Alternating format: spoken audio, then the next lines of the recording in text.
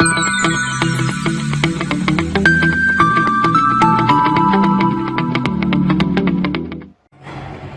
everyone, welcome to the video series lecture of thermodynamics. As you all know, we were discussing about the chapter number 8, and that is entropy change. So, in the last lecture, we have discussed about the Clausius inequality, and today we will discuss about the entropy change in the irreversible process. After that, we will discuss about the entropy change for the non-flow process, and then we will discuss about the principle of increase of entropy. So these three topics we will discuss in this lecture. Okay? So now, before going to start these topics, let me revise the previous one, that is the Clausius inequality. In the Clausius inequality, we have concluded that if we do integral of del q by t, here you can see, if I take one highlighter, here you can see integral of del q by t will be less than equals to 0. Now integral of del q by t is equals to 0 if the cycle is reversible. Integral of del q by t is less than 0 if the cycle is irreversible, and if we do integral of del q by t, if it is greater than 0, then this type of cycle is impossible. So the final conclusion was that integral of del q by t will be less than or equals to 0. Equals to 0 for the reversible process or reversible cycle, and less than 0 for the irreversible cycle. Okay, now today in this lecture I am going to start new topic, that is the entropy change for the irreversible process. Okay, so for any process we can write del q by t will be less than equals to ds. So we can write ds is greater than equals to del q by t. Now here I am going to take one cycle. That cycle is moving from this point number 1 to this point number 2. Okay, and the process is the initial process. When the system is moving from point number 1 to point number 2, it will take the path A, and this path A is the reversible path. Now after that, the system is moving from state number 2 to state number 1, and that is the path B, that is the reversible path B. So we can say that the system is moving from state number 1 to state number 2 via path A, and it will return back to the state number 1 via path B. Now state number 1 to 2, path A is the reversible path and path B is also reversible path. So we are talking about the cycle 1A to B1. Okay. So now what happens? For reversible cycle, we know that integral of del q by t is equals to 0. That is for the cyclic integral. Now if we are going to the process, so we can write process number 1 to 2. So for the process number 1 to 2, here we can write for the process number 1 to 2 del q by t upon for the process A. Similarly for process 2 to 1 del q by t for the process process B is equals to 0.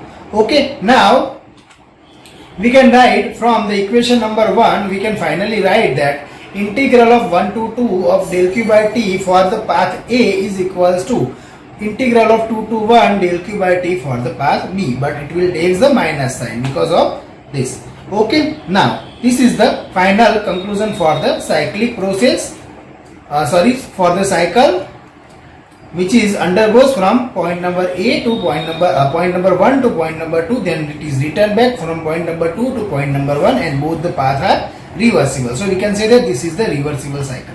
Now what we are discussing here, we are discussing about the irreversible cycle. So how the cycle will become irreversible? Here you can see when the system is moving. Now let me clear all the thing. So when the system is moving from point number 1, when the system is moving from point number 1 to point number 2, it will take the same path, that is the path A. Okay, and that path is the reversible path. But when the system is returning back from the point number 2 to point number 1, it will take the path C. And here you can see the path C is the irreversible path. So ultimately what happens, when the system is moving from path A, that is the reversible one, and it is returned back from the path B, that is the irreversible one, so ultimately the cycle will become the irreversible cycle. So we can write For the irreversible cycle, we know that the integral of del q by t is less than 0. So we can write, when we integrate from point number 1 to point number 2 via path A, plus we are returning back from point number 2 to point number 1 via path C, that is the irreversible path, we can write it is less than 0. Okay, we can write it is the less than 0. Now if we consider this equation number 2, here you can see del q by t for the A is equals to minus of 1 to 2 del q by t upon B. Okay, so we can write, instead of this A, we can replace this equation del q by t upon B here. So here we can write B plus C less than 0. So finally we can write 2 to 1 del q by t of B should be greater than 1 2 to 1 of del q by t is C. Here you can see this path B is the reversible path and path C is the irreversible path. So always you can see here the del q by t, the value of del q by t for the path B will be always greater than the value of del q by t for the path C. And we know that what is the del q by t? That is the entropy change, that is the ds. So always we can say that ds is, here you can see path B is the reversible path. So here you can see we can write, instead of del q by t for the 1 to 2, we can write that is the change of entropy for the path B. Similarly we can write for C also. Okay, that del q by t is C. So here you can see the path when we are moving from path 1 to 2 to 1 via path B, that is the reversible path, and when we are returning back from the point number 2 to 1 via irreversible path, you can see the entropy change for both the condition. If we are moving by the reversible path or if you are moving by the irreversible path, in both the cases the entropy change will be same. So if the entropy change will be same, then we can say that the entropy change is the point function. Entropy is the point function. And if the entropy is the point function, then we can say that it is the property of a system. Okay, that we have already discussed in our previous lecture. Okay, so finally we can conclude like this. When there is any irreversible process, we can write always there will be a ds. ds will be greater than dq by t. Okay, so we can write, for the reversible process, ds is equals to del q reversible upon t, and for the irreversible process, always ds will be greater than dq by t. Okay. Now we are moving to the next topic, and next topic is the principle of increase of entropy. So if we take any system, we know that if the system is reversible, or if the cycle is reversible, or if the process is reversible, then we can write ds equals to del q by t. And if the process is irreversible, then we have already discussed that ds will be greater than del q by t. So this is our final equation. Okay, so for the reversible it will be equal, and for the irreversible process it will greater than. Okay, now we can write, for the isolated system del q equals to 0. So ds of isolated system will be greater than equals to 0. Now for the reversible process we can write it is equals to 0, and for the irreversible process we can write it is greater than 0. Okay, now if the ds is equals to 0 means there will be no change in the entropy, and if there is no change in the entropy, then ultimately we can write that the s value, that is the value of entropy, will be constant for the isolated system, but if it is the reversible one.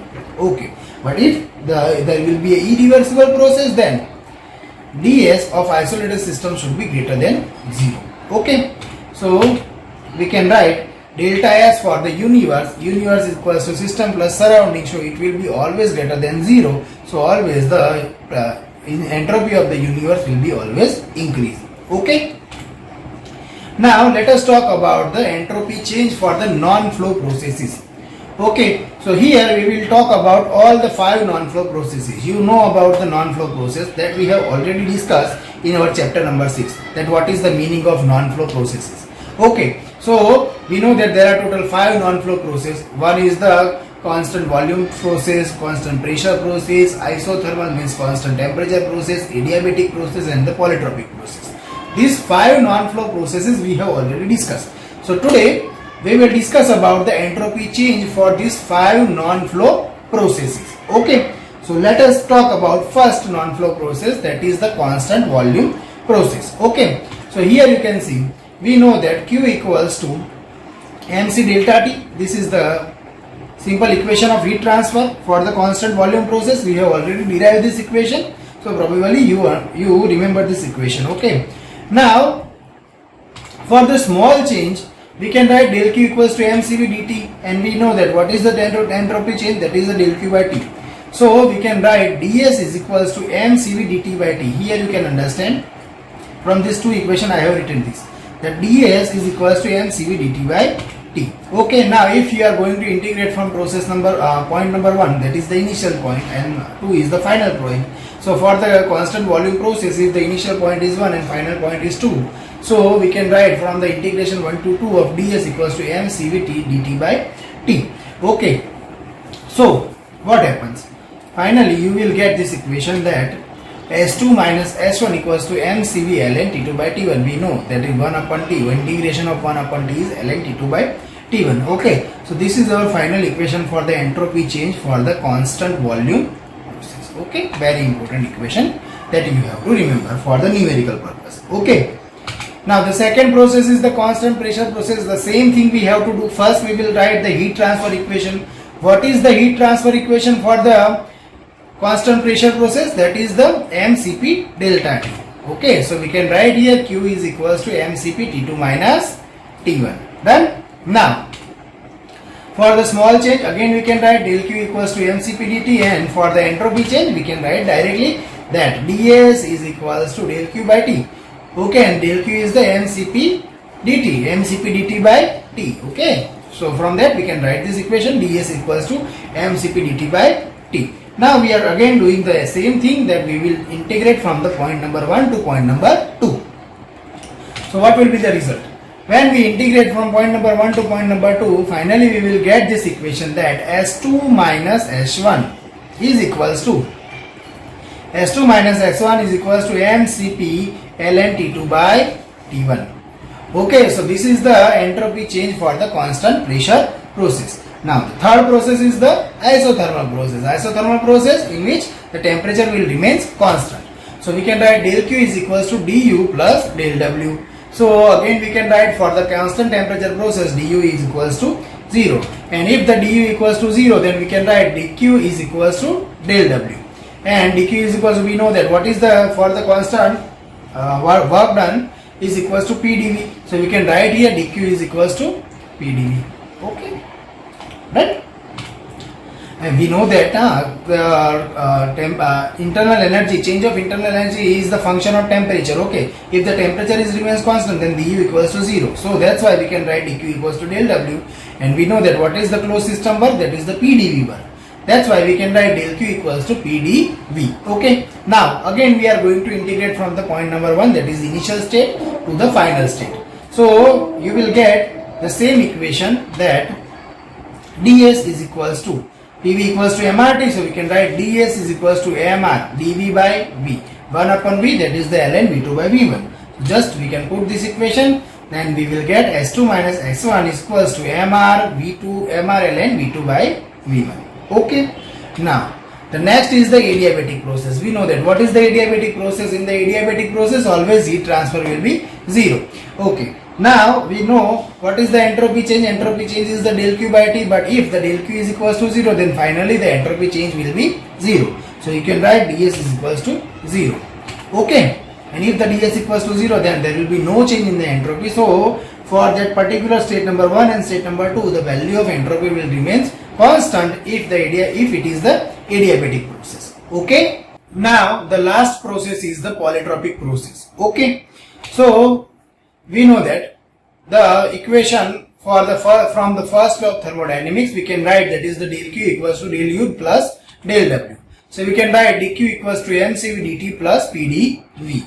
Okay, now we can write ds equals to del Q by T. Now if we integrate from the point number 1 to point number 2, and if we replace this equation, the second equation, to here, then finally we can write that mCv dt by T plus PdV by T. Now we know that PV equals to MRT, so we can replace this PdV by MRT. So you will get that integration mCv 1 to 2 dt by T plus MR dV by V. Now when we do the integration 1 upon T ln the integration of 1 upon T will be ln T2 by T1, and similarly integration of 1 upon V ln V2 by V1. Okay, So here you will get S2 minus S1 equals to m Cv ln T2 by T1 plus m R ln V2 by V1. Okay. So this is the final equation for the entropy change. Okay. So hope you get clear idea about the entropy change for the non-flow processes. Okay. So this is end of our lecture. Thank you for today.